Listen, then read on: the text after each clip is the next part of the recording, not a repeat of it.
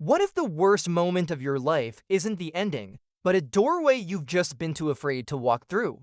When you hit rock bottom, there are really only two paths forward. You can numb yourself, get up, and repeat the same painful cycle all over again. Or you can let that pain burn away the person you were and start rebuilding the person you want to become. This is for anyone who feels trapped in that loop, whether it's an addiction to a substance, a screen, or a behavior, and is ready to see how some people turn a total collapse into a powerful rebirth. Let's talk about the struggle, the life before the change. Meet Aru. His addiction didn't start with a bang. It began with a whisper, just one more to relax, one more game, one more video, one more drink after a long, stressful day. On the outside, he was functional. He was meeting his deadlines at work, laughing with his coworkers, and calling his parents on schedule. But inside, his entire world was revolving around one thing: the next hit.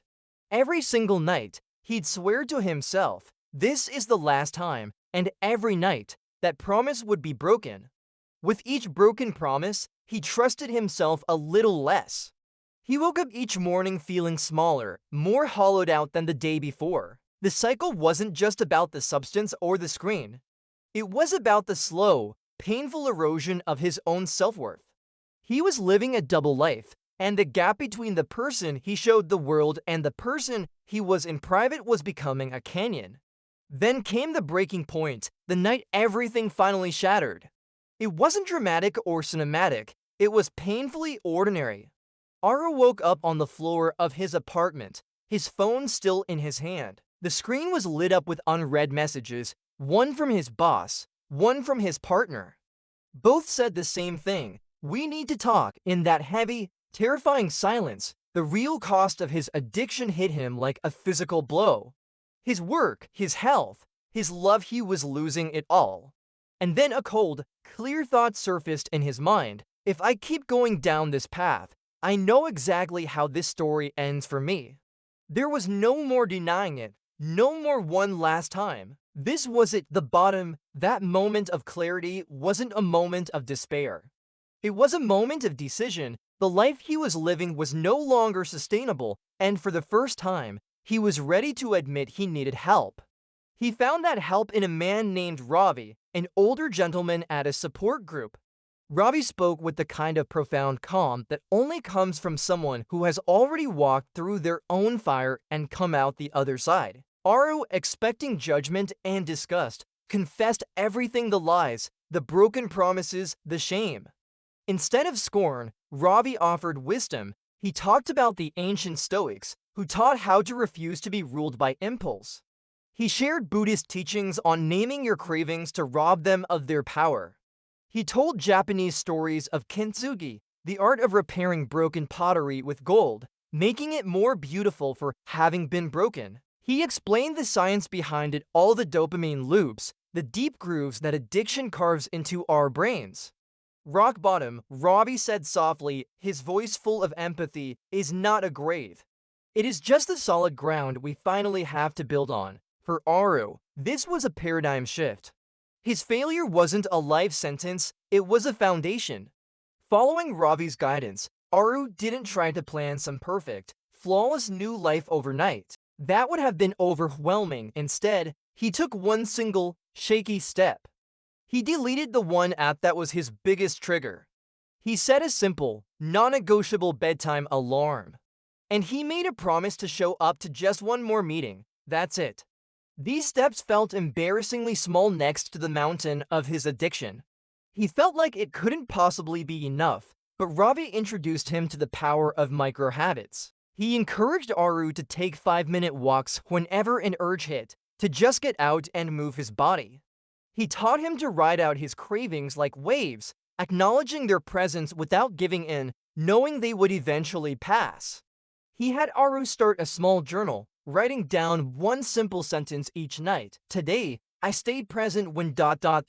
This wasn't about grand victories, it was about quietly, consistently teaching his brain a new way to live, forging new neural pathways one tiny action at a time.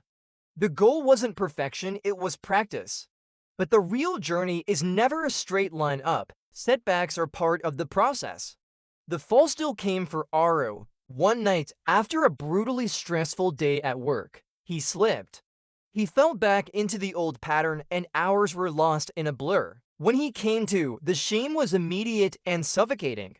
It felt like all his progress was for nothing, that he was right back at square one, a complete failure. He called Ravi, convinced it was all over. But Ravi disagreed. There is no square one, he said.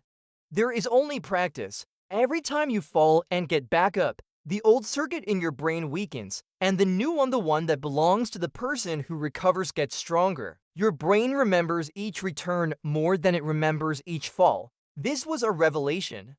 A slip-up wasn't a sign of failure, it was an opportunity to practice getting back up. Each time he chose to return to his new habits, he was casting a vote for the person he wanted to become. The journey wasn't about never falling. It was about learning to fall forward. Months passed. From the outside, the changes in Arun's life weren't dramatic. There were no sudden, Hollywood-style transformations, just fewer all-nighters, steadier moods, and the slow, patient work of repairing his relationships and his reputation at work. But something else was returning: small joys. The beauty of the morning light through his window, the simple pleasure of a quiet walk, the taste of a good meal. The real shift, the most profound transformation, was happening inside. It was a shift in his identity. He no longer woke up repeating the mantra, "I'm just an addict." Instead, his inner voice began to say, "I am someone who chooses differently now, one day at a time." He wasn't defined by his worst moments anymore. He was defined by the choice he made in the moment right after. Addiction was part of his story, but it was no longer his identity. He was the author now, writing a new chapter, and now, this story turns to you. Whatever your particular struggle is, whether it's a screen, a substance, the endless noise of social media, or even chasing someone else's approval, your story of rebirth is waiting. You don't need a grand plan, all you need is one tiny step. Choose one small thing you can do today to move toward your own recovery. Maybe it's deleting an app. Maybe it's going for a 5-minute walk instead of reaching for your habit. Maybe it's just admitting to yourself that you need a change. Whatever that step is, I want you to commit to it. And I invite you to share that step in the comments below. Let's build a community of support right here. Encourage one other person in the comments who is also starting their journey. Remember this: that moment when you realize you cannot go on like this is not your ending.